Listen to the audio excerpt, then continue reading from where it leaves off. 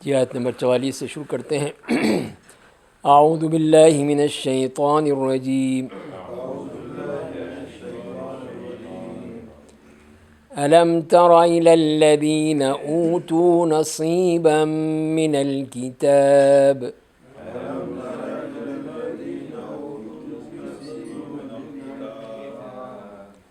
يشترون الضلالة ويريدون أن تضلوا السبيل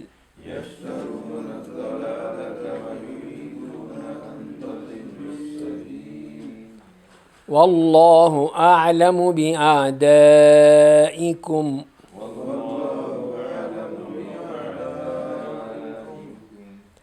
وكفى بالله وليا وكفى بالله نصيرا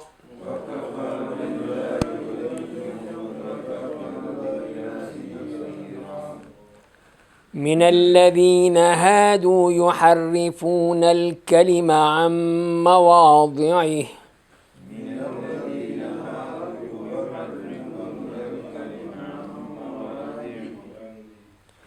ويقولون سمعنا وعصينا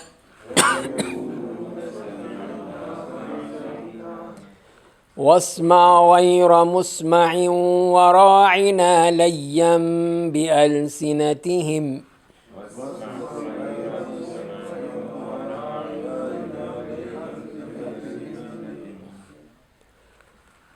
وطعنا في الدين ولو أنهم قالوا سمعنا وأطعنا واسمع وانظرنا لكان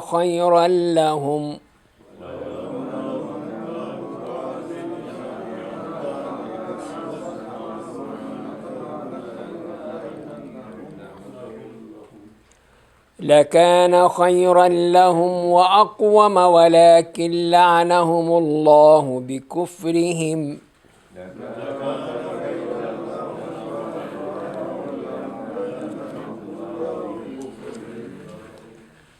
فلا يؤمنون إلا قليلا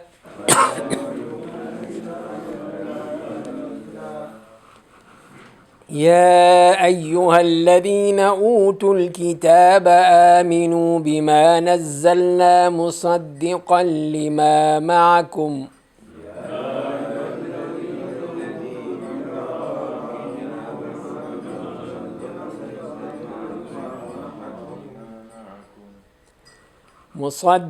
لما معكم من قبل أن نطمس وجوها فنردها على أدبارها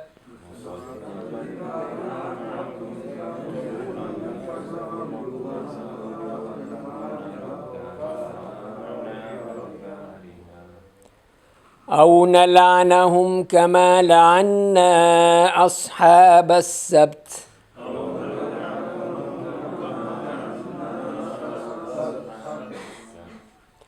وكان أمر الله مفعولا إن الله لا يغفر أن يشرك به ويغفر ما دون ذلك لمن يشاء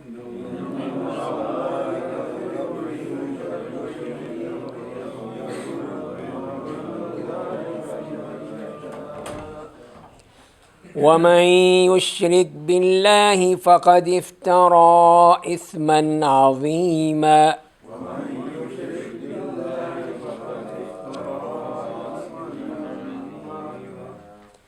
ألم تر إلى الذين يزكون أنفسهم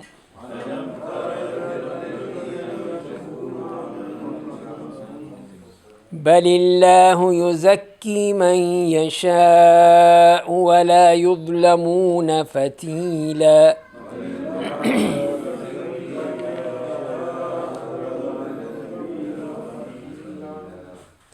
انظر كيف يفترون على الله الكذب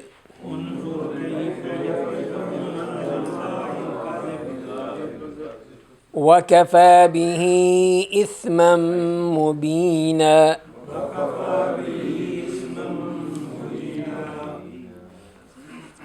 اس سے پہلے پچھلے رکوع میں اللہ تعالیٰ نے کچھ احکام بیان کیے تھے، جس میں خاص طور پہ جو نماز کے حوالے سے تھے کہ نماز کے قریب بھی مت جاؤ جب کہ تم نشے کی حالت میں ہو، جہاں تک کہ تم جان لو کہ جو تم کہہ رہے ہو۔ اور اسی طرح پھر جنابت کی حالت میں کہ نماز کے یعنی اس وقت نماز مت ادا کرو جب تک کہ تم غسل نہ کر لو، الا عابری سبیل، سوائے یہ ہے کہ راستہ گزرنے کے لیے عبور کرنے کے لیے یہاں تک کہ تم غسل کر لو تو وہ جائز ہوگا۔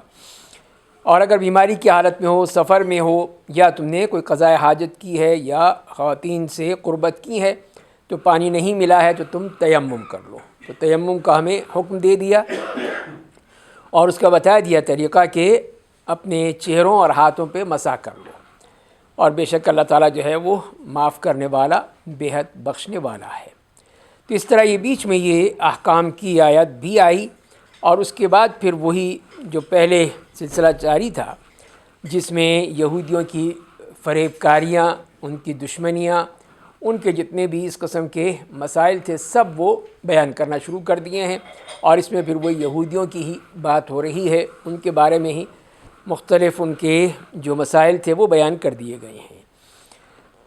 تو اس کے بعد جو یہ آیت آتی ہے اس رکوع میں، الم تر الی الذین اوتوا نصیبا من الکتاب، کیا آپ نے نہیں لوگوں کو دیکھا جنہوں نے کتاب کا ایک حصہ دیا گیا تھا، یشترون الضلالہ، کہ وہ گمراہی کو خریدتے ہیں، ویریدون ان تضلوا السبیل، اور یہ چاہتے ہیں کہ تم راستے سے بھٹک جاؤ، واللہ اعلم باعدائکم، اور اللہ تمہارے دشمنوں کو زیادہ جاننے والا ہے، وکفی باللہ ولیا وکفی باللہ نصیرا، اللہ کافی دوست ہے اور اللہ کافی مددگار ہے۔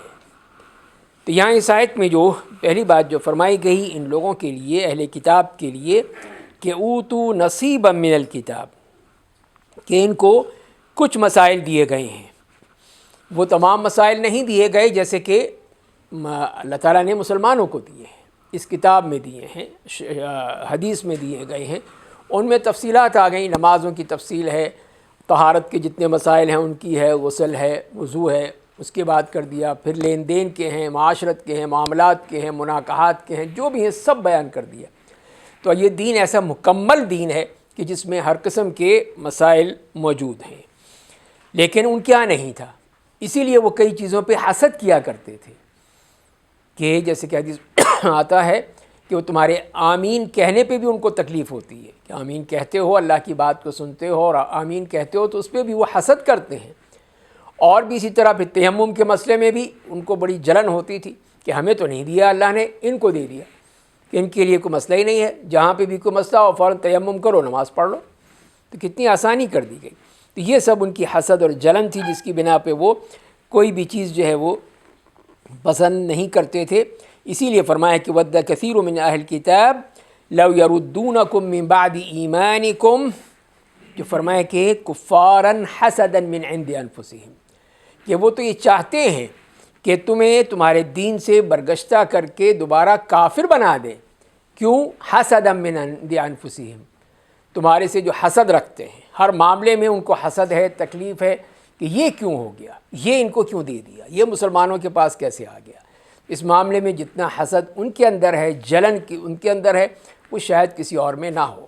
ان کے ہاں یہ بہت وہ چیز تھی جسے قرآن نے ذکر کیا ہے۔ تو فرمائے کہ یہ اصل ملا بھی کچھ نہیں، اوتو نصیبا من الکتاب، اس میں سے کچھ حصہ دیا گیا ہے ان کو، وہ تمام چیزیں دی بھی گئی نہیں گئی۔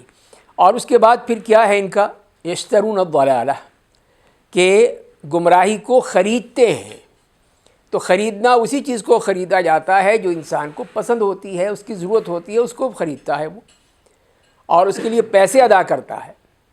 اب آپ نے کوئی گاڑی خریدنی ہے تو آپ جو بہترین گاڑی ہوگی، آپ کے پیسہ ہے تو وہ دیں گے، پیسے کی وقت نہیں ہوگی آپ کے پاس کہ پیسے تو دے دیے آپ نے، اب گاڑی لینی ہے آپ نے۔ اسی طرح ہر چیز کے بارے میں تو یہی مطلب یہ ہے کہ ان کو گمراہی سے محبت ہے، گمراہی چاہتے ہیں، اسی لیے اس کو خریدتے ہیں، گمراہی کو خریدتے ہیں۔ جیسے ہم لوگ بھی ہیں، ہر چیز جو گمراہی کی ہے فوراً اس کو حاصل کرنے کی کوشش کرتے ہیں، اس لیے کہ وہ باہر سے آئی ہے، وہاں سے اس کو امپورٹ کیا گیا ہے، اس لیے ہمیں پسند ہے۔ وہ گمراہی بھی، وہ جو کچھ بھی، چاہے کتنی ہی ہمارے لیے وہ بدترین چیز ہو، ہمیں بڑی اچھی لگتی ہے، اس لیے کہ وہ ان لوگوں نے بھیجی ہے جو ہمارے آقا ہیں، ہم تو سب ان کے غلام ہیں، تو لہذا ہمیں ان کی چیزیں یہ بہت ہی پسند آتی ہیں۔ تو یہودیوں کی بھی یہی عادت تھی کہ یشترون الضلالہ، گمراہی کو خریدتے تھے، جو بھی ان کی چیز جو ان کو اچھی لگتی تھی، چاہے کچھ بھی ہو، وہ اس کو خرید لیتے ہیں۔ اور دوسری بات جو فرمائی گئی، وَيُرِيدُونَ أَن تَضِلُّوا السَّبِيلَ، اور وہ یہی چاہتے ہیں کہ تمہیں بھی راہ راست سے گمراہ کر دیں، یہ ان کا اصل مقصد ہے۔ تو اللہ تعالیٰ نے پہلے ہی بتا دیا گیا کہ یہ مقصد ہے، اور اسی لیے پھر جب انہوں نے صلیبی جنگوں میں دیکھ لیا کہ ہم مسلمانوں پر غالب نہیں آ سکتے، ان پہ قابو نہیں پا سکتے، تو انہوں نے پھر راستہ ہی بدل دیا، وہ طریقہ ہی بدل دیا۔ اب وہ جنگ نہیں ہے، اب جنگ جو ہے وہ پروپیگنڈے کی جنگ ہے، سوشل میڈیا کی جنگ ہے، اس کے ذریعے سے وہ ہم یہی کام کر رہے ہیں جس میں آ رہا ہے کہ ایک سے بڑھ کر ملحد، الحاد کی طرف۔ ایک ابھی وہ چشتی صاحب نے ایک وہ پوسٹ بھیجی تھی کہ کسی میں ایک صاحب پوچھ رہے ہیں کہ خدا کہاں ہے؟ ہر غزہ میں اتنے لوگ کٹ رہے ہیں، مر رہے ہیں، بچے مر رہے ہیں، عورتیں مر رہی ہیں، قتل ہو رہے ہیں، اتنا ان پر ٹنوں بم ان پہ گرایا جا چکا ہے، خدا کہاں ہے؟ مجھے کوئی ایسی فلم دکھائیں کہ اللہ خدا نے اپنے بندوں کی مدد کی ہو۔ یہ کیا ہے؟ یہی ہے کفر و الحاد، یہی ہے کفر و الحاد جو آ رہا ہے۔ اور دوسری ایک اور پوسٹ میں کہ اللہ تعالیٰ کو بنی اسرائیل سے بڑی محبت ہے، بنی اسرائیل کے لیے اتنے سب کچھ کیا، تو وہ آج پھر وہی کر رہا ہے ان کے ساتھ۔ وہ تو اتنی اس کی محبت میں امت اسلامیہ کا اس نے بیڑا غرق کر دیا، تو یہ کفر نہیں تو اور کیا ہے؟ تو یہ ہیں چیزیں کہ وہ چاہتے یہی ہیں کہ ہم راہ راست سے بالکل ہی برگشتہ ہو جائیں، بالکل ہی اس سے دور چلے جائیں، چاہے وہ کسی بھی طریقے سے ہو۔ یہ تو اب جنگ کا معاملہ ہے، اس کی وجہ سے یہ اس قسم کے افکار پیدا ہو رہے ہیں بعض لوگوں میں۔ اس کے علاوہ بھی کہ ہماری جتنی بھی نوجوان جاتے ہیں، الا ماشاء اللہ، وہ وہاں جا کے بھٹک جاتے ہیں، بہک جاتے ہیں۔ ابھی خاتون یہی پوچھتی ہیں کہ جی اب میرا بچہ تو ملحد ہو چکا ہے، نماز روزہ سب چھوڑ چکا ہے، کوئی اس کی وہ نہیں۔ میں نے کہا جہاں ظاہر ہے کہ جب تم وہاں بھیجو گی تو یہی اشر ہوگا، اور کیا ہوگا؟ دین تم نے سکھایا نہیں، دین کون سکھاتا ہے؟ کوئی نہیں سکھاتا۔ یہ بیچارے غریب لوگ ہیں جن کو کھانے کو کچھ نہیں ہوتا تو اپنے بچوں کو مدرسے بھیج دیتے ہیں، چلو کھا تو کچھ مل تو جائے گا کھانے کو، یہ تصور ہے ہمارے یہاں، اور کیا ہے؟ تو یہی وجہ ہے کہ پھر یہ یہودی کامیاب ہوتے ہیں، وہ پوری طرح کامیابی حاصل کر لیتے ہیں کہ وہی چیزیں ہیں۔ اب وہ تو ہم پوری طرح گمراہی خریدتے ہیں، جیسے ان کے لیے کہا گیا یشترون الضلال، ہم بھی تو خریدتے ہیں۔ یہ اے لیول کیا ہے؟ یہ جیسے وہ گمراہی ہے، آپ اربوں روپیہ دے رہے ہیں ان کو، اربوں روپیہ کہ وہ لے کر جا رہے ہیں یہاں سے، تو کیا وہ آپ کو دیتے ہیں؟ وہ جو یونیورسٹیوں کے، جو کیمبرج کے ہیں یا اور کسی یونیورسٹی کے امتحان ہوتے ہیں، تو وہ پیسے کہاں جاتے ہیں؟ وہ تھوڑی سی رقم نہیں ہے، اربوں خربوں روپیہ ہے، وہ سب وہاں جاتا ہے۔ ہم دیتے، ہم خریدتے ہیں، کیا خریدتے ہیں؟ گمراہی۔ وہی جو ہے دین تو نہیں سکھاتے وہ ہمیں، وہ تو ہماری اپنی زبان نہیں سکھاتے ان کو۔ اردو جو ہے وہ لنگڑی لولی پنجڑی لنگڑی سکھا دیتے ہیں، لیکن کوئی دین تو نہیں ہے ان کے ہاں۔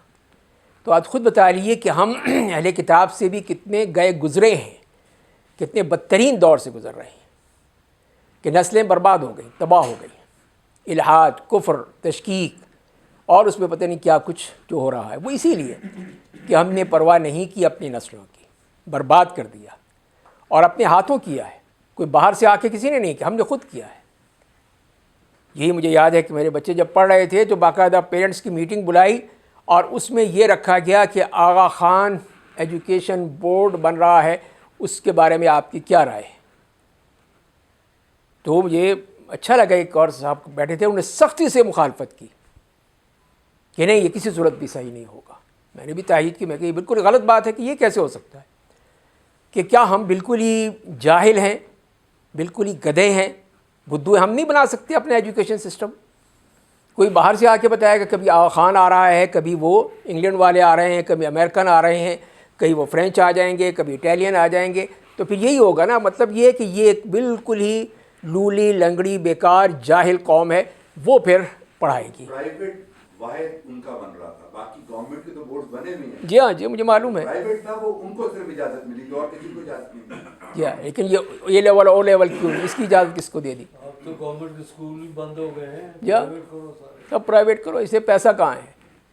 یہی ہے کہ ہو رہے ہیں بیچارے غریب لوگ، اور کیا، اور وہ بالکل کہاں سے فیسیں دیں گے ہم؟ ہو ہی نہیں سکتا. پرائیویٹ اسکول جب ہوگا تو ہزاروں میں فیس ہوگی. بالکل بالکل. ابھی وہ گزارا کرتے تھے، اور غریب لوگ ہیں بھی عیالدار، مطلب ہیں بھی 5 6 بچے ہیں، کدھر سے دے گا وہ؟ وہ کہاں سے دے؟ بالکل. وہ سر ایک کہاوت ہے نا کہ اگر کسی ملک کو تباہ کرنا ہو یا کسی قوم کو، تو اس کے اوپر بم مارنے کی ضرورت نہیں ہے. بچوں کے تعلیمی سسٹم ورک کر دو، بس ختم ہو گیا. ڈاکٹر بنیں گے وہ لوگوں کو ماریں گے، جو انجینئر بنیں گے وہ بلڈنگیں ایسی بنائیں گی گریں گی اور سارے نکمے ہوں گے، تو بہت جائے گی. خود ہی تباہ ہو جائیں گے. یہی ہے سر بات درست ہے. مسئلہ یہ ہے کہ یہ کیوں آئے ہیں یہاں پہ، جگہ کیوں بنی ہے؟ اس لیے کہ ہمارا اپنا تعلیمی نظام بہت برے حال میں ہے. کس نے کی ہے؟ ہم نے کیا ہے. تو پھر وہی تو ہے. ہم نے کیا ہے. تو ہم سے کرایا جاتا ہے نا. ہم نے سر نہیں، ہم نے کیا ہے. ہمارے ڈاکٹر لوگ صاحب نے شروع کیا، آپ کو اس راستے لگایا جاتا ہے، جی وہ سبق پڑھایا جاتا ہے. یہ جو باہر جاتے ہیں دورے کرنے، ان کو سبق وہاں پڑھایا جاتے ہیں.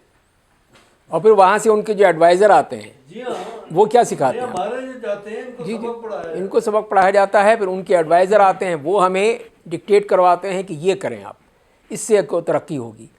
اب یہی دیکھ لیجئے، اب اسی کو نکال لیجئے. چلیے، یہ مجھے یاد ہے کہ صدر ضیاء الحق کے دور میں جو وزیر تعلیم تھا ڈاکٹر محمد افضل علیہ ما علیہ، تو اس نے شروع کیا تھا یہ کہ اے لیول او لیول کا سارا دروازہ کھولا تھا. جماعت اسلامی کے جو نہیں وہ ایک اور بندہ تھا. ڈاکٹر افضل جماعت اسلامی کے نہیں تھے؟ وہ الگ ہیں، وہ الگ ہیں. یہ ایک اور تھا، ہماری یونیورسٹی کا ریکٹر رہا ہے.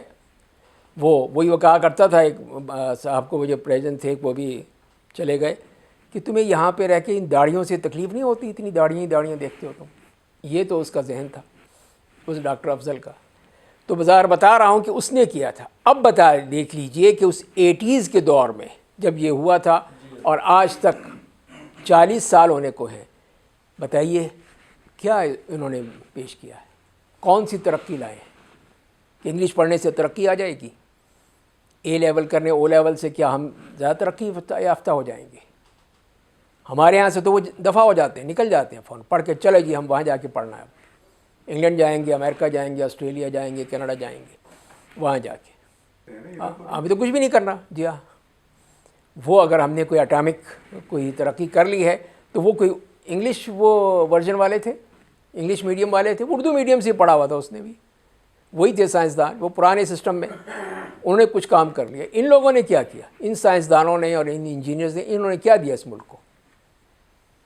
تو یہی ہے کہ ہم نے اپنی راہ گم کر چکے ہیں.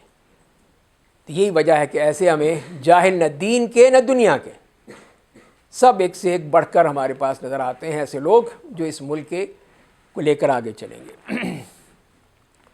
تو یہ ہیں فرما دیا، اسی لیے یریدون ان تضلوا السبیل واللہ اعلم باعدائکم، اللہ تمہارے دشمنوں کو زیادہ جاننے والا ہے.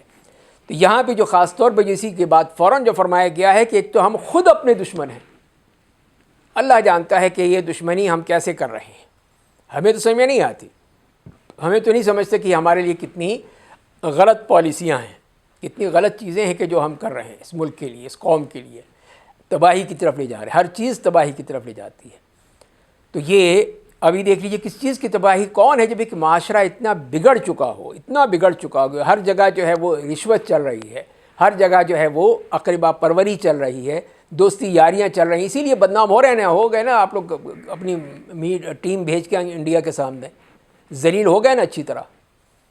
کیوں ہوئے؟ اسی لیے کہ یہاں پہ کوئی اخلاق نہیں ہے، اخلاق نام کی کوئی چیز نہیں ہے. یہ تو ایک مثال ہے جو سب کے سامنے آ گئی، پوری دنیا کے سامنے آ گئی، سب نے دیکھ لیا کہ یہ دیکھو بڑے یہ ہیرو بن رہے تھے، بالکل زیرو نکلے.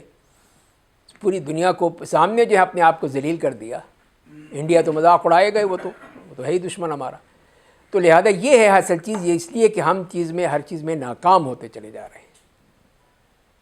یہ وجہ ہے، اسی لیے اللہ تعالیٰ نے صاف کہہ دیا واللہ اعلم باعدائکم، اللہ تعالیٰ بہتر جانتا ہے کہ تمہارے دشمن کون ہیں.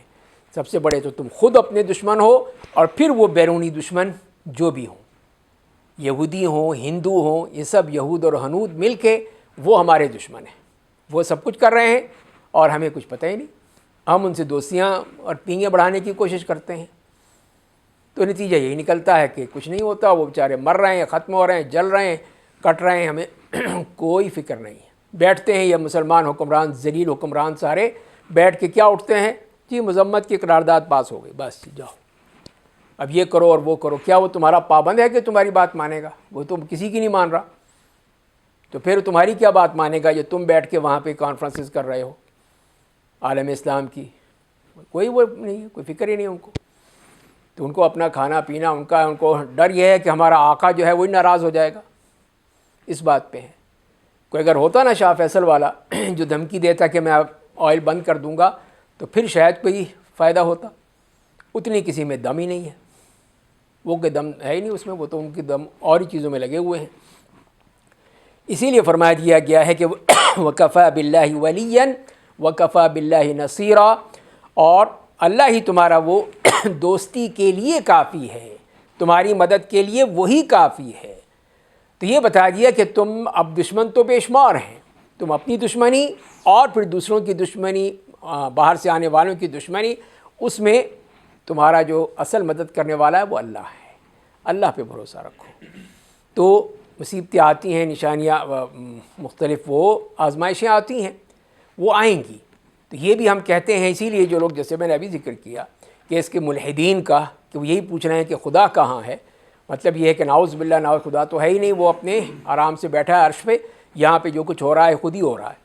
اس قسم کی باتیں کرنا، اس قسم کی، تو یہ نہیں دیکھتے. پوری تاریخ دیکھیں، بنی اسرائیل کے ساتھ اور مسلمانوں کے ساتھ جو تاریخ ہے وہ ذرا دیکھ لیں اٹھا کے، کہ وہاں پہ اللہ تعالیٰ نے کیسے ان کو سبق سکھایا ہے. اس لیے کہ وہ تو نہیں ہوتا کہ ادھر ہم کریں اور ادھر فوراً وہاں سے اللہ تعالیٰ کی طرف سے کوئی راکٹ آئے گا، گرے گا اور ان سب کو اڑا دے گا، ایسا تو نہیں ہوگا. تو ظاہر ہے کہ اس کا ایک مرحلہ ہے. تو یہاں پہ کتنا بڑا یہ قتل عام ہو رہا ہے اور اتنے لوگ مر رہے ہیں، پورا شہر نیست و نابود کر ڈالا ہے، ساری بلڈنگیں تباہ کر دی ہیں، نہ پانی ہے، نہ بجلی ہے، نہ کھانے پینے کی کوئی چیز ہے، نہ ہاسپٹلز جو ہیں وہ ختم کر دیے ہیں، اس میں کچھ نہیں باقی رہا. تو اب دیکھیے، اب وہ ضرور اس کے بعد کچھ نہ کچھ تو اللہ کی طرف سے ہوگا. یہ اللہ سے مانگنے کی بات ہے کہ اللہ سے مانگے، وہ بھی مانگے اور ہم بھی مانگ رہے ہیں. تو یہ ہے کہ اللہ تعالیٰ کا جب حکم ہوگا تو پھر وہ فیصلہ کرے گا. یہ نہیں ہو سکتے فوراً ادھر ہم نے بٹن دبایا ادھر فوراً اللہ تعالیٰ کی طرف سے کوئی عذاب آ جائے گا ان پر، یہ نہیں ہوگا. انبیاء کرام بھی اس معاملے میں انتظار کرتے تھے کہ کب آئے گی، متى نصر اللہ، اللہ کی مدد کب آئے گی. قرآن نے ذکر کیا ہے. پھر دیکھ لیجئے کہ وہی مثال جو آتی ہے سامنے کہ غزوہ احد پر جس میں اتنی سخت تکلیف اٹھانی پڑی، خود رسول اللہ صلی اللہ علیہ وسلم کے چہرہ مبارک زخمی ہو گیا، اگلے دانت ٹوٹ گئے، آپ کے جو وہ سر پہ پہنے والا خود تھا اس کے وہ لوہے جو ہیں وہ آپ کے رخسار میں پیوست ہو گئے، خون اتنا بہہ رہا تھا. اور اس کے باوجود اتنی بڑی آزمائش، 70 مسلمان شہید ہو گئے وہاں پر. تو آخر ابو سفیان نے یہی کہا کہ یوم بیوم بدر، کہ بدر کا بدلہ لے لیا ہم نے. بدر میں تم نے بھی مارے تھے نا ہمارے 70، آج ہم نے ہی بدلہ لے لیا. تو یہ ہے، دیکھیے سننا پڑ گئی نا وہاں پہ بھی پھر. تو لیکن اللہ تعالیٰ نے کیا فرمایا، وَلَا تَهِنُوا وَلَا تَحْزَنُوا وَأَنْتُمُ الْأَعْلَوْنَ، غم نہ کرو، دکھ نہ کرو، غالب تم ہی ہوگے، غلبہ تمہیں ملے گا. ان کنتم مؤمنین، اگر واقعی تم مومن ہو، ایمان والے ہو، اللہ پہ یقین رکھتے ہو، ایمان رکھتے ہو، تو فائدہ یا غلبہ تمہیں ملے گا. تو یہ آئے گا. پھر کب آئے گا یہ اللہ کو معلوم ہے. یہ آخری شرط بڑی کڑی ہے. بالکل وہی تو میں کہہ رہا ہوں، تم مومنین، ان کنتم مومنین. جی ہاں، مشروط ہو گیا نا سر، مشروط ہو گیا نا معاملہ. کہنے کا مطلب جو ہے وہ پریکٹیکلی بہت بڑا ہے. جی ہاں بالکل. ہم یہ سمجھتے ہیں کہ بس کلمہ گو ہیں تو سب کچھ ہو جائے گا، ایسا نہیں ہے.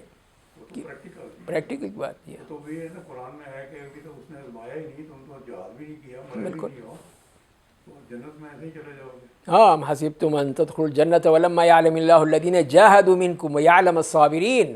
وہ یہ دیکھنا چاہتا ہے کہ کون ہے جو تم میں سے جہاد کرے گا, صبر کرے گا, پھر دیکھنا پھر تم جنت میں جا سکتے ہو. تم یہ سمجھتے ہو ایسے ہی چلے جاؤ گے, بڑے آرام سے جنت کے دروازے کھلے ہوئے چلتے چلے جاؤ گے, یہ نہیں ہوگا.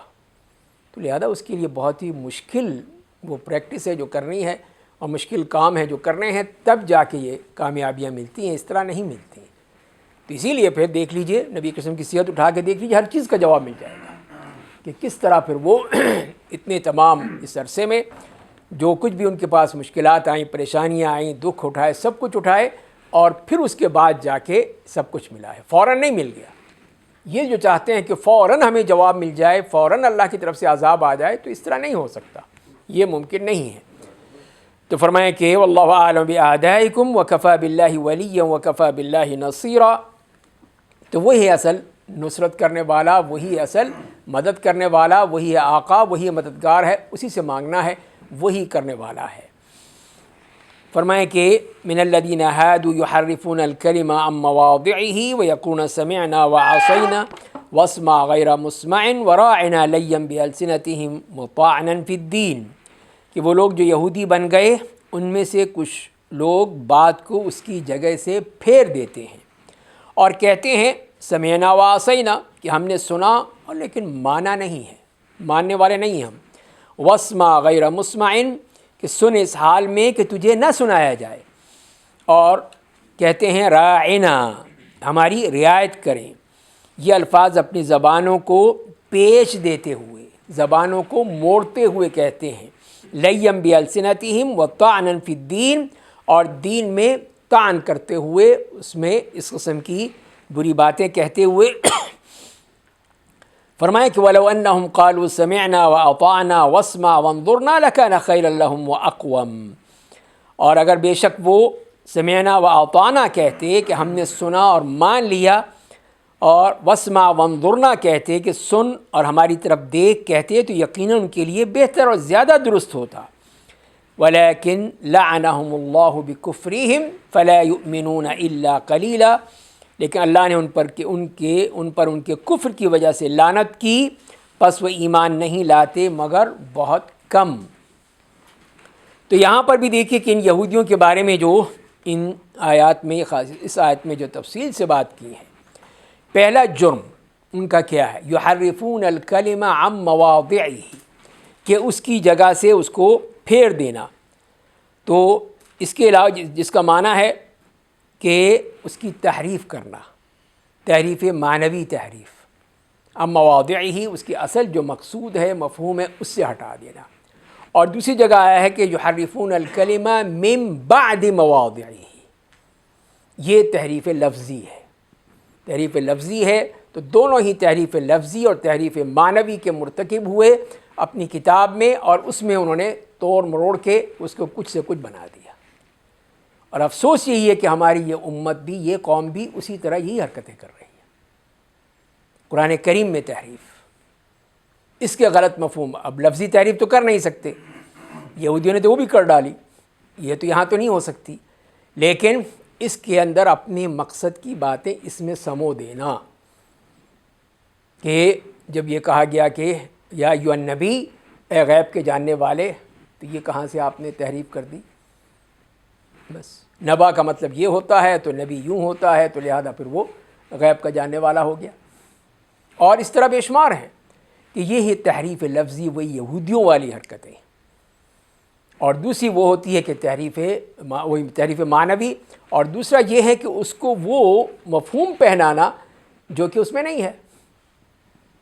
کہ انما انا بشر جو ہے وہ انا الگ کر دیا, ما الگ کر دیا, تو عربی کا بھی ستیہ ناش کر دیا. تو عربی میں بھی کہیں نہیں, عرب بھی اس کو سن کے جو ہے وہ پریشان ہو جائیں گے, یہ کیا کہاں سے آ گیا. تو یہ ہے سب وہ تحریف جو ہم بھی کر رہے ہیں. ہمارے ہاں بھی کچھ لوگ جو ہیں وہ اسی طرح قرآن کا یہ بھرتا بنا رہے ہیں. تو یہی چیزیں جو ہیں یہ خطرناک حد تک جو ہیں وہ جاتے ہی ہیں. اور پھر کویسچن ہے جی, ایک تو جو عام طور پہ میں نے دیکھا ہے, یہ جو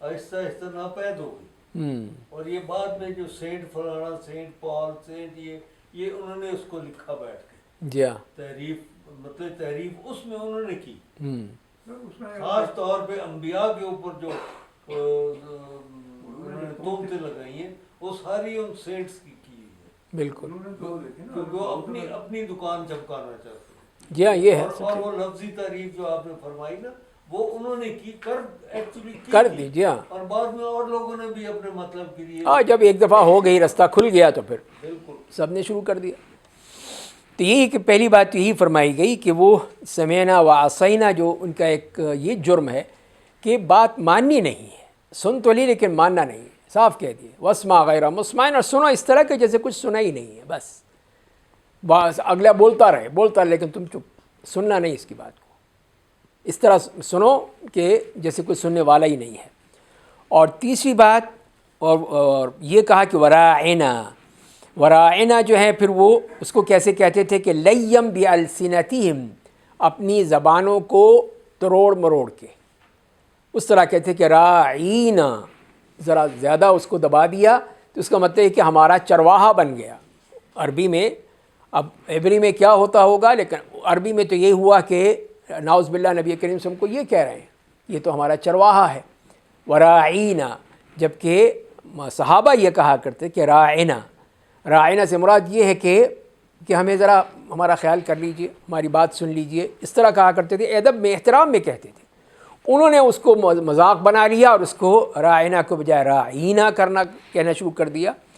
تو اسی لیے فرمائیں کہ یہ سب کیوں کرتے ہیں، یہ ان کا مقصد یہی ہے کہ وطعنا فی الدین، کہ صرف دین میں طعن کرنے کے لیے، دین میں مختلف قسم کی ملاوٹیں کرنے کے لیے، دین کو بدنام کرنے کے لیے، جیسے کہ ذرا سی بات ہو، کچھ بھی ہو، دین کو فوراً رگڑ دیا جائے گا، مولوی کو رگڑ دیا جائے گا، داڑھی کو رگڑ دیا جائے گا، کوئی بھی ہو، کوئی بھی سیاستدان بھی کوئی داڑھی والا ہے تو پھر ہم اس کو بھی رگڑ دیں گے اسی معاملے میں، کیوں؟ دین کا معاملہ ہے تو رگڑو اس کو اچھی طرح۔ تو یہ بہت غلط تصور ہے کہ ایک چیز ٹھیک ہے، ایک آدمی غلط کام کر رہا ہے تو اس کا معاملہ خود وہ بھگتے گا، لیکن دین کو بیچ میں کیوں لاتے ہیں آپ؟ داڑھی کو بیچ میں کیوں لاتے ہیں آپ؟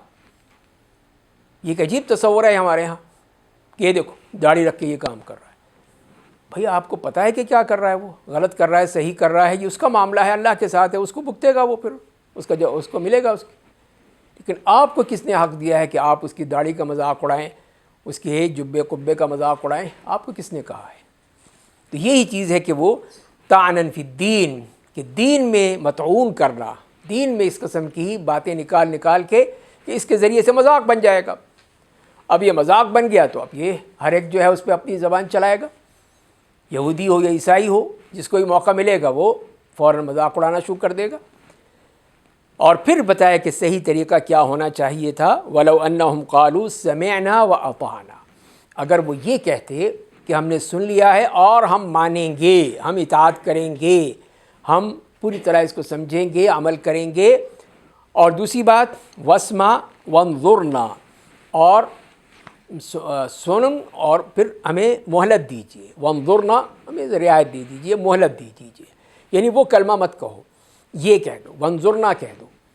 اسے سورہ بقرہ میں بھی اسی کا ذکر کیا تو فرمائے کہ لَكَانَ خَيْرًا لَهُمْ وَأَقْوَمْ، اگر یوں کر لیں تو یہ ان کے لیے بہتر بھی ہے اور زیادہ درست بھی ہے، صحیح بھی یہی ہے کہ اس طرح کر کے ان کی جو غلط باتیں ہیں، ان کی جو توڑ مروڑ ہے اور جس طرح وہ اپنی زبانیں کر رہے ہیں اس سے بچ جائیں گے اور بات جو ہے وہ صحیح ہو جائے گی۔ تو لہذا یہ ہے کہ لڑنے کا نہیں کہا گیا کہ جا کے ان کے مکے مارو، ان سے لڑو اور ان سے چھینو اور ان کی گالیاں دو، نہیں، یہ مت کرو، راستہ ہی چھوڑ دو ان کا، وہ کرتے رہے بکواس جو کرنی ہے انہوں نے، تم اس میں اس بات کا خیال رکھو۔ اور وہ ہمیں یہ سبق دیا گیا۔ اور پھر اللہ تعالیٰ نے خود فرما دیا وَلَكِنْ لَعَنَهُمُ اللَّهُ بِكُفْرِهِمْ فَلَا يُؤْمِنُونَ إِلَّا قَلِيلًا، اور اصل چیز یہی کہ اللہ نے ان پر ان کے کفر کی وجہ سے لعنت کی ہے۔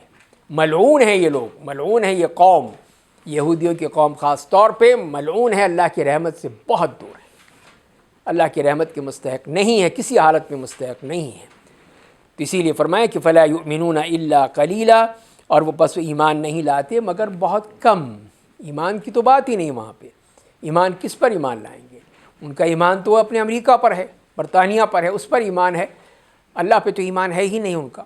اگر ہے بھی تو بس یہ ہے کہ وہی جو اپنے چرچ میں یا سیناگوگ میں بیٹھ کے تھوڑی بہت وہ اپنی، جیسے ابھی آپ بتا رہے تھے کہ وہ دیوار گریہ کے سامنے جو ہے وہ جھومتے رہتے ہیں، بس یہی ہے اور کیا ہے. سر پہ انہوں نے ایک چادر ڈالی اور وہاں کھڑے ہو گئے، تو وہی جھوم رہے ہیں پاگلوں کی طرح. سر ابھی لیٹسٹ میں بھی سن رہا تھا اسرائیل کے وزیر اعظم کی، تو وہ کہتا ہے کہ جتنے بھی باقی جو مسلمانوں کو کہہ رہا ہے کہ یہ امالیک ہیں اور ان کو مارنا، ان کے بچوں کو مارنا، ان کی عورتوں کو، ان کے جوانوں اور بوڑھوں کو مارنا جو ہے وہ ہمارا فرض بنتا ہے. ہم لوگ یہاں تک بات پہنچ چکی ہے کہ وہ بہت پچھلی پرانی باتیں لے کے، حتیٰ کہ جتنے احسان مسلمانوں نے ان پہ کیے ہیں اتنے کسی اور قوم نے ان پہ نہیں کیے ہیں. جی ہاں بالکل. لیکن وہ ابھی فلسطین کے لوگوں کو امالیک قرار دیتے ہیں، یعنی وہی امالیک ہیں جو حضرت عیسیٰ سے پہلے یا اس سے پہلے جب حضرت داؤد علیہ السلام کے زمانے میں جو ارد گرد جو پیگنز بستے تھے، کافر بستے تھے، ان کو یہ امالیک کہتے تھے. نہیں، وہ بھی جو ذکر آتا ہے نا موسیٰ علیہ السلام کے ساتھ یوشع ابن نون کا ذکر آتا ہے، جب ان سے کہا تھے کہ چلو تم جنگ کرو، وہ تھے عمالیق یا جبارین کا ذکر دیا، نفیہ قوما جبارین، یہ کہا، اور یہ کہا کہ ہم تو نہیں داخل ہوں گے. وہی تو جی ہاں. رومن تھے نا صاحب، وہ تو کافر تھے جو وہاں پہ. جی ہاں تو بالکل. ابھی ہم جو مسلمان ہیں ان کے رہنے، جہاں پہ غزہ کے رہنے والے جو ہیں، وہ سارے کے سارے اس نے ان کو امالیک بنا، ان کو ہی نہیں پورے مسلمانوں کو، پورے مسلمانوں کو بنا دیا. جی ہاں. تو سمجھنے کی بات ہے، اس باوجود ہمارے حکمران جو ہیں سارے اکٹھے ہوئے، ان کو سمجھ نہیں کہ وہ کیا کہتا ہے. نہیں ان کو اسرائیل کا جو صدر، آپ نے ان کے جو پروٹوکالز ہیں یا ان کا جو ایجنڈا ہے وہ کسی نے پڑھا ہی نہیں. جی ہاں.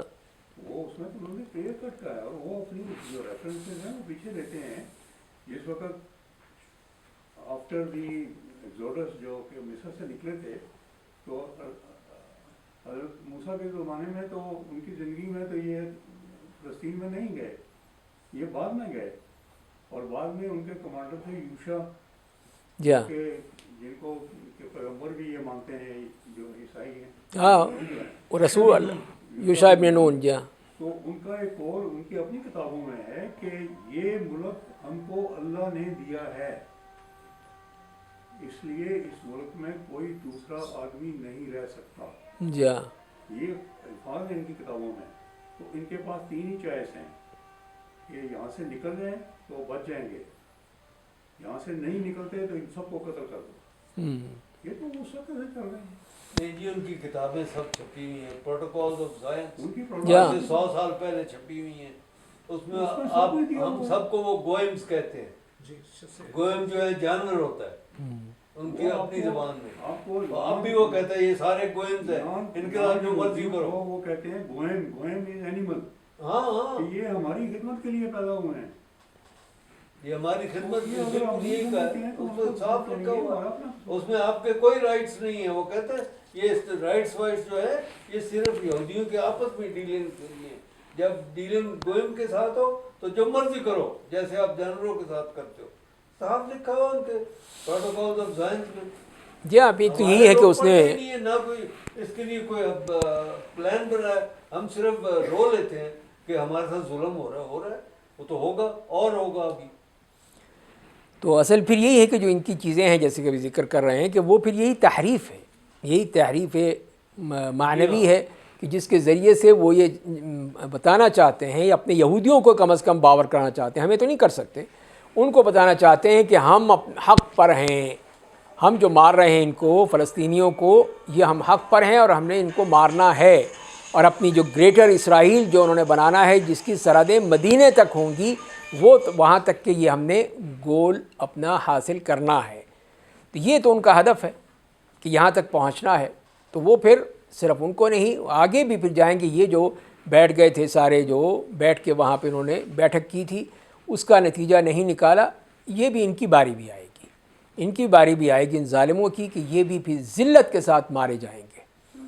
اس لیے کہ اللہ کے ہاں کوئی بھی نہیں ہے. اپنے مقصد کو بالکل کلیئر جی ہاں دنیا کو بتا دیا. بالکل. ان کا نقشہ ہے گریٹر اسرائیل، بالکل جو مصر سے شروع ہوتا ہے، جس کو وہ گوشن کہتے ہیں، جس علاقے کو جو نائل کا ڈیلٹا ہے جی جی اس کا علاقے کا نام ہے جوشن، کیونکہ وہ گاف عربی میں ہے نہیں تو عربی والوں نے اس کا ترجمہ جوشن کا دیا ہے۔ گوشن سے لے کے عراق اور خیبر تک، بلکہ مدینہ تک، یا مدینہ کے باہر جو وہ کیا نام ہے جدھر ان کے وہ قبیلے رہتے تھے، بنو قریظہ وغیرہ جو تھے، یا بنو قریظہ، بنو نذیر، بنو قینقاع، وہ پورا علاقہ انہوں نے اور اس کا پورا نقشہ انہوں نے چھاپ کے دنیا ساری کے سامنے رکھ دیا۔ اب ہمیں اگر سمجھ نہیں آتی تو پھر ہمارا یہی اشر ہونا چاہیے۔ بالکل، اور کیا۔ تو اللہ تعالیٰ کے یہاں تو کوئی چہیتا لاڈلا تو نہیں ہے نا، کوئی لاڈلا نہیں ہے، وہ کہ ٹھیک ہے تم بھی بھگتو۔ اللہ تو کہتا ہے کہ تم نہیں کرو گے تو کسی اور کو لے آؤں گا۔ جی ہاں، بالکل یہ ہے سن۔ تم نہیں کرو گے تو دوسری قوم لے آؤں گا اور تمہارا نام و نشان مٹ جائے گا۔ سورہ محمد کے آخری آیت جی، ان تستبدلوا قوما غیرکم ثم لا یکونوا امثالکم۔ عربوں کو خطب کا ہٹا کے ترکوں کو اللہ پاک لے گیا۔ نہیں جی نہیں، وہ ترکوں کو پتہ نہیں اللہ اپنا اس کے لانے کا طریقہ ڈفرینٹ ہے، جب وہ لے آئے گا تو وہ لے آئے گا، وہ ضروری نہیں ترکی آئے۔ نہیں سر، کہنے کا میں یہ مطلب کہہ رہا ہوں کہ اللہ کیسے ریپلیس کرتے ہیں۔ جب بنو عباس جو ہے وہ زوال پذیر ہو گئی، اس کے بعد اور ان کے جو حرکات تھے ان کو دیکھتے ہوئے اللہ تعالیٰ نے ان کو وہاں سے وائپ آؤٹ کر دیا، اور پھر ترکوں کے پاس جو ہے وہ حکومت آ گئی۔ تو یہ جو ہے یہ اعمال کے اوپر ڈیپینڈ کرتا ہے۔ جی جی، فرمائے کہ یا ایھا الذین اوتوا الکتاب آمنوا بما نزلنا مصدقا لما معکم، کیا لوگوں جنہیں کتاب دی گئی ہے اس پر ایمان لے آؤ جو ہم نے نازل کیا ہے، جو تصدیق کرنے والا ہے جو تمہارے پاس ہے۔ من قبل ان نطمس وجوہا فنردها علی ادبارها، اس سے پہلے کہ ہم ان کے چہروں کو مٹا دیں پھر انہیں ان کی پیٹھوں پر پھیر دیں۔ او نلعنہم کما لعنا اصحاب السبت، یا ان پر لعنت کریں جس طرح ہم نے ہفتے کے دن والوں پر لعنت کی تھی۔ وکان امر اللہ مفعولا، اللہ کا حکم ہمیشہ پورا کیا جاتا ہے، پورا ہو کر رہتا ہے، کبھی بیچ میں نہیں چھوڑ دیا جاتا بلکہ ہو کر رہتا ہے۔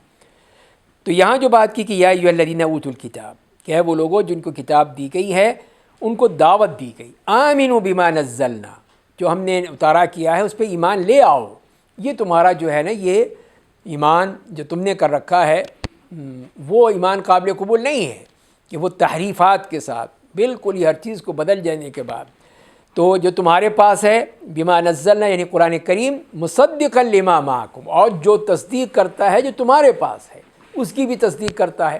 تو یہ اولا ہوا، پھر اس سے برتر ہوا کہ یہ تمہاری کتابوں میں جو کچھ اللہ نے لکھا تھا اس کی تصدیق بھی یہ قرآن کرتا ہے، تو لہذا اس کی بات مانو اور اس پر ایمان لے آؤ۔ لیکن اس پہ دھمکی بھی ساتھ دے دی، ساتھ میں اللہ تعالیٰ کی طرف سے دھمکی بھی آ گئی کہ من قبل ان نطمس وجوہا، اس سے پہلے کہ ہم چہروں کو مٹا دیں، چہرے بالکل ہی مٹ جائیں۔ یہ اللہ کی طرف سے وہ دھمکی ہے ان کے لیے کہ تم ایمان نہیں لاؤ گے تو یہ حشر ہوگا تمہارا۔ یا دوسرا یہ ہے کہ فنردها علی ادبارها، تو اس کی پیٹھ کی طرف اس کو پھیر دیا جائے۔ تو یہی وہ مسخ کرنے کی وہ اللہ تعالیٰ کی طرف سے دھمکی ہے کہ میں تمہیں یا تو تمہارے چہرے بالکل مٹا دوں گا یا ان کو مسخ کر دوں گا کہ وہ سامنے کے بجائے پیچھے کی طرف ہو جائیں، تو پھر بتاؤ کیا کرو گے تم، پھر تمہارا کیا حشر ہوگا۔ تو یہ چیز جو ہے تو یہ وعید تو جیسے کہ قرآن کریم سے معلوم ہوتا ہے کہ اس دنیا میں ہی ہو جائے گی، جیسے کہ اگلی آیت سے معلوم ہو رہا ہے کہ او نلعنہم کما لعنا اصحاب السبت، جیسے کہ اصحاب السبت کو، ہفتے کے دن والوں کے جنہوں نے اس کی نافرمانی کی تھی ان پہ لعنت کی تھی، ان کو بندر اور خنزیر بنا دیا تھا، اس طرح تمہیں بھی کیا جا سکتا ہے۔ کتنی سخت وہ وعید ہے ان کے لیے کہ جو نہیں مانیں گے، جب نہیں مانیں گے تو یہ حشر ہوگا جو اللہ تعالیٰ نے بتا دیا ہے کہ یہ ہونے والا ہے۔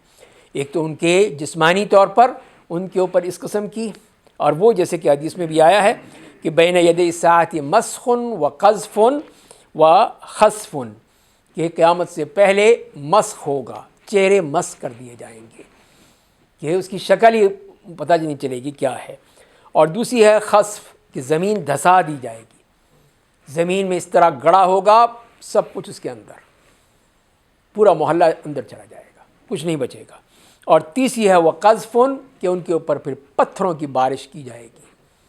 تو یہ ہے سب وہ اللہ کی طرف سے ہیں۔ اور ایک اور حدیث میں اس طرح آتا ہے، یا آپ نے فرمایا کہ سیکون فی آخر الزمان خسف و قذف و مسخ، ان تینوں چیزوں کے بارے میں بتایا کہ یہ آخری زمانے میں ہوں گی، قیامت سے پہلے یہ نشانیوں میں چیزیں ہو کر رہیں گی۔ تو پوچھا گیا کہ وَمَتَىٰ ذَلِكَ یا رسول اللہ، یہ کب ہوگا، اس کی کوئی علامت بتا دیں۔ تو فرمایا کہ اذا ظہرت المعازف والقینات واستحلت الخمر، تین چیزیں فرمائیں کہ جب یہ موسیقی کی تمام چیزیں جو ہیں وہ سامنے آ جائیں گی، وہ ہر چیزیں جو ہے ظاہر ہو جائیں گی۔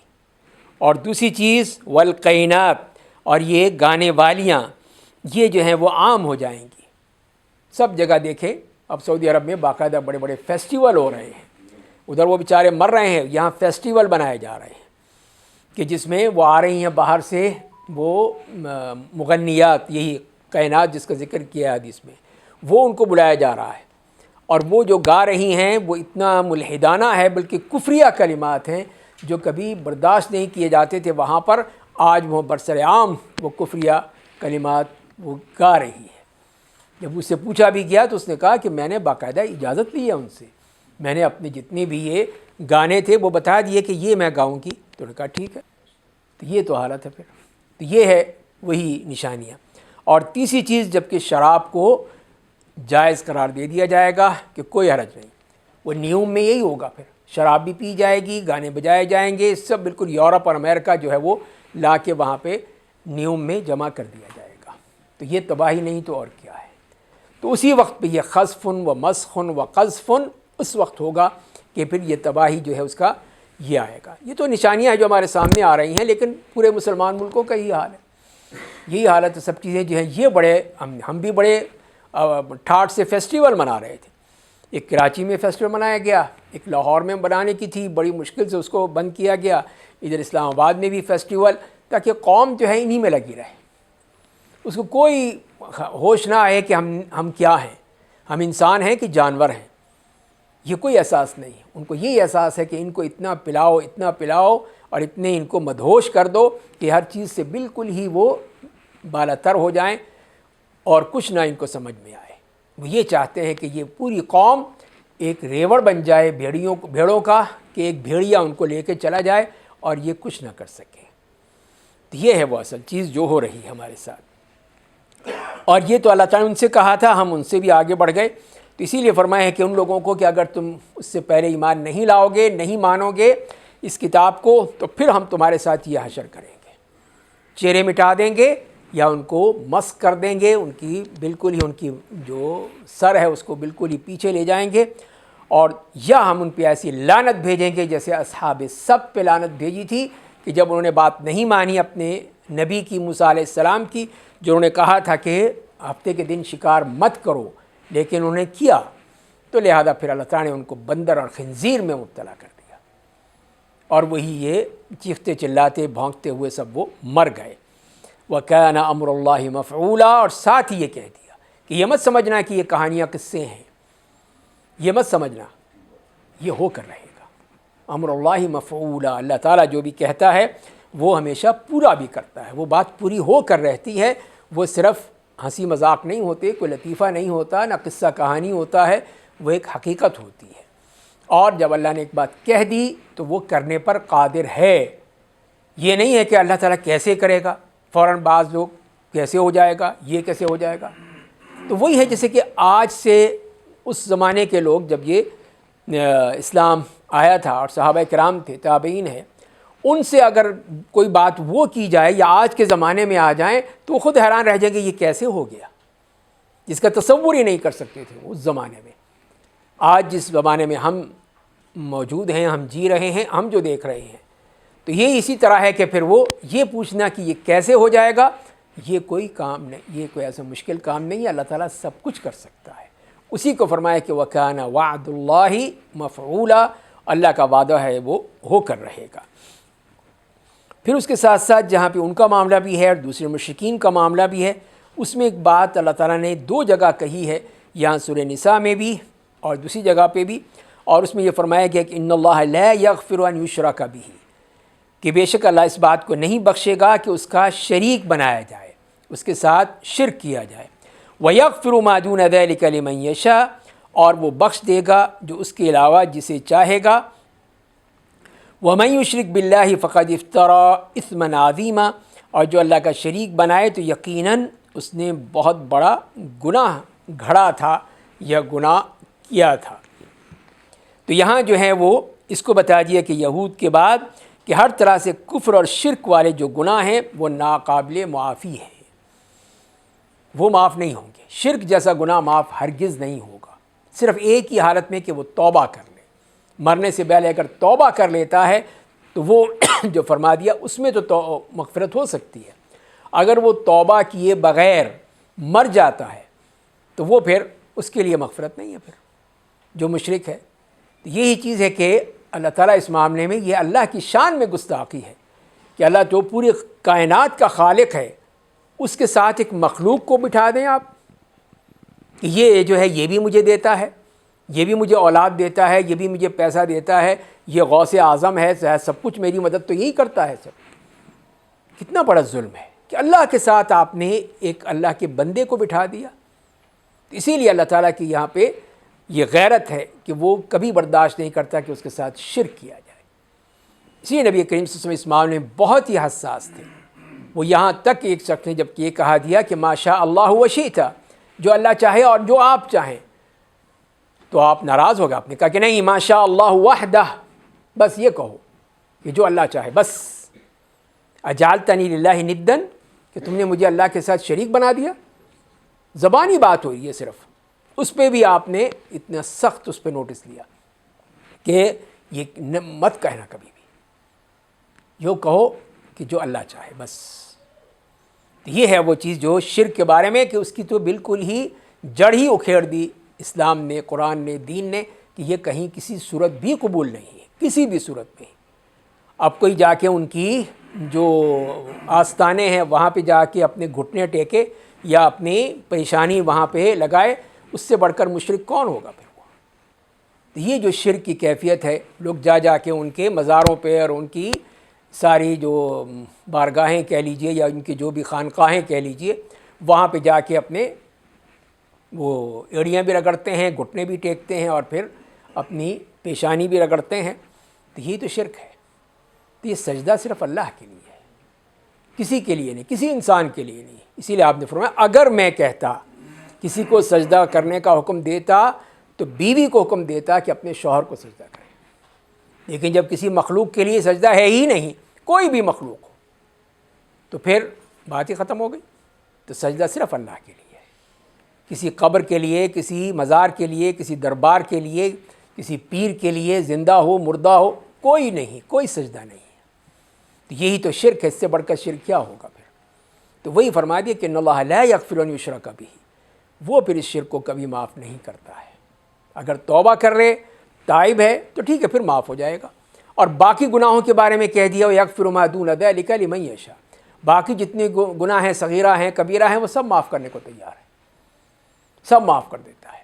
اب اگر کوئی صغیرہ گناہوں کا، اس میں بھی اللہ تعالیٰ معاف کر دیتا ہے اس صورت میں کہ جب تک کہ کبیرہ گناہوں سے تم بچتے رہو گے تو تمہارے صغیرہ تو ویسے ہی معاف ہو جائیں گے۔ تو یہ دیکھیے اللہ نے کس طرح کی معافی رکھی ہوئی ہے، یغفر ما دون ذلک لمن یشاء، یہ ساتھ شرط لگا دی کہ جس کے لیے چاہے، یہ اس کی مرضی ہے۔ یہ بڑی جی ہاں، یہ سب کا پریروگیٹو نہیں ہے۔ جی ہاں بالکل، ہماری دم پکڑ لو تو بس سیدھے جنت۔ یہ نہیں ہے، جی ہاں، وہ نہیں ہوگا، بالکل لمن یشاء ہے کہ وہ نہیں ہو سکتا کہ تم اپنی مرضی سے تم۔ اللہ نے اپنے لیے بھی شرط لگائی لمن یشاء، جی ہاں جس بالکل، کے لیے چاہے، اس میں کچھ نہ کچھ خاصیتیں ہوں گی تو اللہ تعالیٰ بھی معاف کرے گا۔ وہی تو دل کی حالت تو وہ جانتا ہے نا کہ یہ اخلاص کے ساتھ ہے، ہوں گی، کچھ خاصیتیں ہوں گی تو بالکل معافی ملے گی، پھر ایسا معافی تو ملے نہیں گی، ہے۔ ایسے نہیں، بالکل وہی تو بات کہہ دی۔ ڈاکٹر صاحب کوئی ایسی دعا ہے جس سے شرک سے ڈائریکٹ پناہ مانگی جا سکے، خصوصی دعا شرک سے بچنے کی؟ یہ اس لیے کہ ایک تو عملی چیز ہے، اصل چیز یہ عمل ہے، عملی طور پر کہ دل میں کسی کے بارے میں کوئی بھی ایسے جذبات نہ ہو، نہ محبت کے، نہ عقیدت کے، نہ اس سے مانگنے کے کوئی چیز نہ ہو، اور نہ ہی وہ عمل ہو۔ تو یہ ہے، تو آپ اعوذ باللہ من الشرک کہہ لیجئے، من المشرکین کہہ دیجئے، وہ ٹھیک ہے، وہی دعا اللہ تعالیٰ انشاءاللہ قبول کرے گا، لیکن اصل چیز وہ عمل ہے کہ وہ عمل جو ہے وہ، اب جیسے کہ وہ حدیث آتی ہے کہ یہ صرف کہا کہ گزرنے والے کی کہ جو یہاں پہ گزرے گا کوئی نہ کوئی وہ دے گا، کوئی یہاں پہ قربانی دے گا، دم دے گا تب جانے دوں گا ورنہ نہیں دیں گے، حدیث میں آ رہا ہے۔ تو ایک نے کہا کہ چلو کچھ دو، چلو مکھی مار کے دے دو بس کوئی، پھر چلے جاؤ گے، وہ تو سیدھا گیا جہنم میں۔ دوسرے نے کہا کہ نہیں میں نہیں دوں گا، انہوں نے اس کو مار ڈالا، وہ جنت میں چلا گیا۔ تو یہ ہے اصل بات۔ تو ذرا یہ دل کی بات ہے کہ وہ صرف نیت اس کی خراب ہو گئی کہ چلو گزرنا ہے اس لیے کوئی تو دے دو، چلو مکھی دے دو، اور وہ مارا گیا، پھر گیا جہنم میں۔ تو یہ چیز ہے کہ اصل چیز ہمیں اپنے دل میں سے ایسے عقائد کو صاف کرنا ہے کہ کسی بھی شخصیت کے بارے میں، کسی بھی قبر والے کے لیے، کسی مزار پہ دربار کے لیے ہم یہ سوچتے ہیں کہ وہاں تو ساری منتیں جو ہیں مرادیں سب پوری ہو جاتی ہیں، وہاں سب کچھ مل جاتا ہے، تو یہی تو شرک ہے، یہی تو شرک اکبر بن جاتا ہے کہ آپ نے اسے اللہ کے ساتھ کھڑا کر دیا کہ وہ اتنا بڑا غوث اعظم ہے کہ اس کے ہاں ہر چیز جو ہے وہ ہو جاتی ہے۔ میرے پاس آیا تھا اس طرح غوثیہ کا، تو وہی میں نے ایسے ہی پوچھ لیا کہ بھائی غوث کیا ہوتا ہے، غوث سے مراد کیا ہوتی ہے؟ تو بیچارہ ادھر ادھر وہ مارتا رہا، پھر کہنے لگا نہیں غوث اعظم کے حوالے سے لکھتے ہیں۔ میں نے کہا اس وقت جب غوث اعظم بغداد میں آرام فرما ہے تو امریکہ جو ہے وہ بمباری کر رہا تھا عراق پہ، تو انہوں نے کیا کیا تھا یہ ذرا بتا دیجئے مجھے۔ دراصل یہ جس طرح روزے معیشت کا ہے کہ انسان کی زبان بند ہوگی، اس کے ہاتھ، اس کے کان، اس کا جسم کے اعضاء بولیں گے، تو کیا دل کو بھی زبان دی جائے گی؟ کیونکہ دل میں تو کئی ایسے خیالات یا کئی ایسے جذبات یا ایسی چیزیں ہوتی ہیں جو کہ بظاہر مطلب میرے دل میں اس وقت کیا ہے وہ ایک عام آدمی کو نہیں پتا۔ ہاں اس میں تو ظاہر قرآن کریم میں جو 2 جگہ ذکر کیا ہے، سورہ یاسین میں آیا ہے، پھر سورہ الف لام میم سجدہ میں آیا ہے، اس میں ذکر آیا ہے اس چیز کا، لیکن وہاں پہ بطور خاص اس کا ذکر نہیں آیا کہ دل بھی بولے گا یا نہیں بولے گا، لیکن معنی یہی ہے، اس کا مطلب مفہوم یہی ہے کہ سارے اعضاء جو ہیں دل کے تو تابع ہیں، جو بات آپ کرنا چاہتے ہیں دل میں آتی ہے بات، اس کے آپ کا ذہن سوچتا ہے، دل اس کی وہ اپروول دیتا ہے، پھر آپ اس پہ عمل کر دیتے ہیں فوراً۔ تو جتنے بھی اعضاء ہیں جسم کے سب وہ اسی کے تابع ہیں، اسی لیے حدیث میں یہ آتا ہے اذا صلح الجسد اذا صلح الجسد صلحت المضغہ صلح الجسد کلہ، اگر یہ جو ٹکڑا ہے یہ صحیح ہو گیا سارا جسم صحیح ہو گیا، اگر یہ خراب ہو گیا سارا جسم خراب ہو گیا، تو یہ ہے معاملہ سارا۔ تو پھر ظاہر ہے کہ یہی سارا وہ جو ہاتھ پاؤں ہیں سب وہ دل کے ہی تو تابع ہیں، اس میں اس کی جو آرڈر آتا ہے وہاں سے اپروول کے بعد وہ اس پہ کر ڈالتے ہیں، پھر وہ یہیں سے خواہش نفس جو ہوتی ہے اس کو پھر اتنا بڑا معبود بنا لیا گیا۔ تو یہ چیز ہے اصل کہ وہاں پہ پھر یہی ہاتھ پاؤں بول رہے ہوں گے، وہ بتا رہے ہوں گے ہر چیز جو اس دل میں ریکارڈ ہوئی ہوئی ہے، سب ریکارڈڈ جو ہیں وہ ہیں، اور کچھ اللہ کے ہاں ریکارڈ ہیں، سب چیزیں سامنے آ جائیں گی۔ ڈاکٹر صاحب ایک چیز تو یہ نا کہ ایک چیز کا خیال آیا، جی جی بری چیز ہے لیکن آپ نے بندے نے کی نہیں، چھوڑ دیا، جی کیا اس پہ بھی؟ ہاں نہیں وہ تو صاف حدیث آتی ہے نا کہ ما توسوس بہ نفسہا، کہ جو بھی دل میں کوئی وسوسہ آتا ہے تو اس میں جب تک کہ وہ اس پہ کو بیان نہیں کرتا یا عمل نہیں کرتا اس وقت تک پکڑ نہیں ہے، اس وقت تک پکڑ نہیں ہوگی۔ جو ان کا سوال ہے اس کا تو بڑا ہے کہ جو کام یا خیال آیا اور اس کو کر گزرے، اب وہ ہے تو وہ پھر جس نے کیا ہے وہ بولے گا کہ وہ بولے گا پھر، جی ہاں بالکل اوریجنیٹر تو پھر دل ہی ہے، وہی ہے نا، اوریجنیٹر تو وہی ہے نا، وہی تو میں عرض کر رہا ہوں۔ لیکن اوریجنیٹر کہے جی میں نے نہیں کیا تو وہ کہے گا جی میں نے کیا تھا، اس نے کہا۔ ہاں یہ دیکھ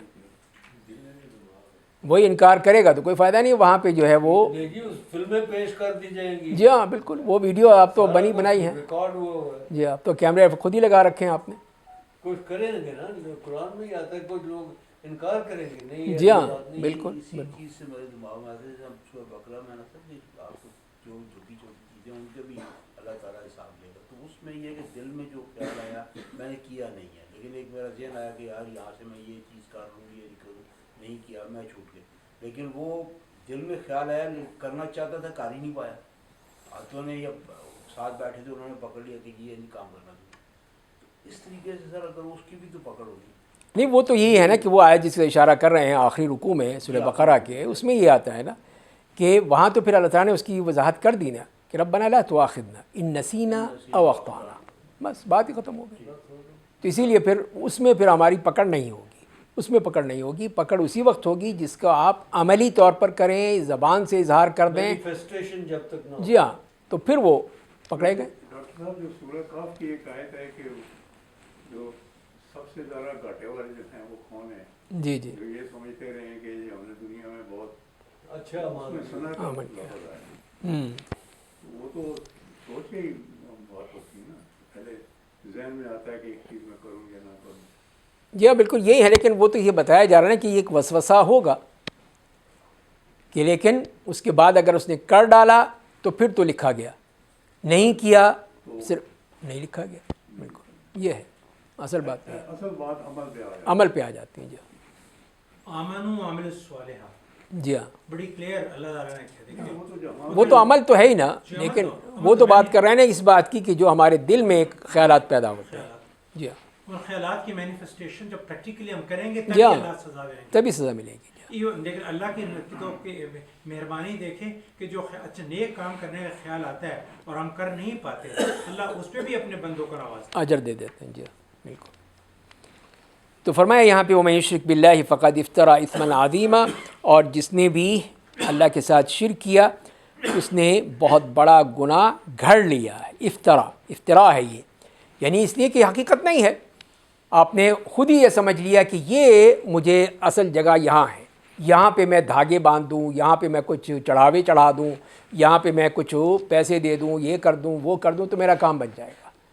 تو یہ جو آپ نے افتراء کیا ہے، یہ اپنی طرف سے چیز گھڑ لی ہے، یہی شرک ہو جاتی ہے. تو اس نے اللہ کے بارے میں بھی یہ چیزیں گھڑ لی ہیں، گھڑ کے اس نے اپنے آپ کو برباد کیا، اپنی دین بھی دنیا بھی آخرت بھی سب برباد کر لیا، کچھ نہیں باقی رہا. اس لیے کہ بہت بڑا ظلم ہے. اور اس کے بعد ایک اور چیز کی طرف فرمائیں کہ أَلَمْ تَرَ إِلَى الَّذِينَ يُزَكُّونَ أَنفُسَهُمْ بَلِ اللَّهُ يُزَكِّي مَن يَشَاءُ وَلَا يُظْلَمُونَ فَتِيلًا، کہ کیا آپ نے نہیں دیکھا ان لوگوں کو جو اپنے آپ کو پاک کہتے ہیں، بلکہ اللہ پاک کرتا ہے جسے چاہتا ہے، ان پر ایک دھاگے کے برابر بھی ظلم نہیں کیا جائے گا. تو یہاں پر ان لوگوں کے بارے میں یہی فرما دیا گیا کہ اپنا آپ کا تزکیہ کرنا، یعنی اپنے آپ کو پاکیزہ بیان کرنا. نہیں میں تو بڑا ایسا دودھوں کا دھلا ہوا ہوں کہ مجھے تو کچھ نہیں ہوتا، میں تو فرشتہ ہوں. اپنی باتوں پہ جی ہاں، فخر کرنا اور اپنے آپ کو ظاہر کرنا یا کسی اور کو کہ فلاں اس نے تو گناہ کیا ہی نہیں، خام خواہ اس کو جیلوں میں ڈال رکھا ہے، خام خواہ اس کو یہ گالیاں دے رہے ہیں، اس کے مقدمے کر رہے ہیں، یہ کر رہے ہیں، وہ تو بالکل فرشتہ ہے. تو یہ کسی کا تزکیہ یا اپنا تزکیہ کرنا یہ کسی طور پہ بھی جائز نہیں ہے. فلا تزکوا انفسکم، اپنے آپ کو پائیے. تو خاص طور پہ یہودی بھی مخاطب تھے، وہ جو کہتے تھے کہ نحن ابناء اللہ واحباؤہ، ہم اللہ کے بیٹے ہیں، اللہ کے لاڈلے ہیں، تو لہذا ہمیں کچھ نہیں ہوگا، ہم تو سیدھے جنت میں جائیں گے. اور یہی کہہ دیا کہ لا يدخل جنت الا من کان هودا او نصارا، بس جنت پہ ہی جائیں گے یہودی یا عیسائی، باقی تو کوئی نہیں جائے گا. ہمارا ٹھیکہ پورا ہے کہ ہم ہی جائیں گے سیدھے جنت میں. تو یہ اللہ تعالیٰ فرما رہے ہیں کہ اتنے تزکیہ کرنے کی ضرورت نہیں ہے، اپنے آپ کو پاکیزہ کرنے کی ضرورت نہیں ہے. تو عمومی بات کی جاتی ہے، تو جو بھی کرے گا وہ پھر بھگتے گا اس کو. اس لیے کہ اپنا تزکیہ ہم خود کریں، چاہے مسلمان کریں، چاہے یہودی کریں، عیسائی کریں، اللہ تعالیٰ نے تو منع کر دیا ہے. فلا تزکوا انفسکم، اپنے آپ کو اس طرح تزکیہ مت کرو. هو اعلم بمن اتقى، سورہ نجم میں جو فرمایا گیا ہے کہ وہ جانتا ہے کہ تم میں پرہیزگار کون ہے. تو تم بڑی اپنی وہ ڈھنڈورا پیٹ رہے ہو کہ میں رات کو اٹھ کے جی میں تہجد پڑھتا ہوں، میں نے جی آج روزہ بھی رکھا ہے، جلیبیاں کھائی تھیں، اس میں یہ کیا تھا وہ کیا تھا سر. جی ہاں، دودھ میں ڈال کے دیا. تو یہ بتانے کے لیے نا کہ میں نے آج سحری کھائی تھی، اس لیے تو بتا رہا ہے وہ کہ میں نے کیا کھایا تھا. تو یہ سب چیزیں جو ہیں یہی ہے اپنا تزکیہ کرنے کا معاملہ، کہ لوگوں کے سامنے اپنا اس طرح پاکیزہ بیان کرنا، اپنا ڈھنڈورا پیٹنا. جی ہاں، تو یہ انتہائی غلط ہے. جی بس ختم کرتے ہیں اسی آیت سے. بل اللہ یزکی من یشاء ولا یظلمون فتیلا، بلکہ اللہ تعالیٰ جس کو چاہے پاک کر دے، جس کو چاہے پاک کر دے، اس کا معاملہ ہے، اس کے ہاتھ میں ہے، وہ جس کو چاہتا ہے وہ کرتا ہے. اس کے لیے بتا دیا دوسری آیت میں جیسے میں نے عرض کیا، ولا یظلمون فتیلا، اور وہ دھاگے کے برابر بھی ان پہ ظلم نہیں کیا جائے گا. وہ دھاگا کون سا ہے؟ وہ جو کھجور آپ لیتے ہیں، کھجور کے اندر جو ایک ریشہ ہوتا ہے وہ ہے مراد، وہ کیا ہے کہ اس میں سے تو قرآن کریم نے اسی کھجور کے حوالے سے فتیلہ، نقیرہ اور بھی ایک لفظ آتا ہے، 3 لفظ کھجور کی گٹلی کے حوالے سے فرمائے ہیں کہ وہ اللہ کی تخلیق ہے، اس کے برابر بھی کوئی ظلم نہیں ہوگا۔ جی ہاں، قطمیر آتے، جی صحیح ہے آپ نے کہا۔ تو یہ ہے، اور آخری جو ہے اس رکوع کی آیت، انظر کیف یفترون علی اللہ الکذب وکفی بہ اثما مبینا، اور دیکھ لیجیے کہ وہ اللہ پر کس طرح جھوٹ باندھتے ہیں اور صریح گناہگار ہونے کے لیے یہی کافی ہے کہ ان کی طرف سے جو افترا پردازی ہے کہ وہ جھوٹ پہ جھوٹ بولے جاتے ہیں، ان کو کوئی شرم نہیں آتی، بے شرمی کی انتہا ہے کہ وہ سچ نہیں بولیں گے بلکہ جھوٹ ہی بولیں گے۔ اللہ تعالی ہمیں سمجھنے اور عمل کرنے کی توفیق عطا فرمائے۔ اچھا ڈاکٹر صاحب، یہ جو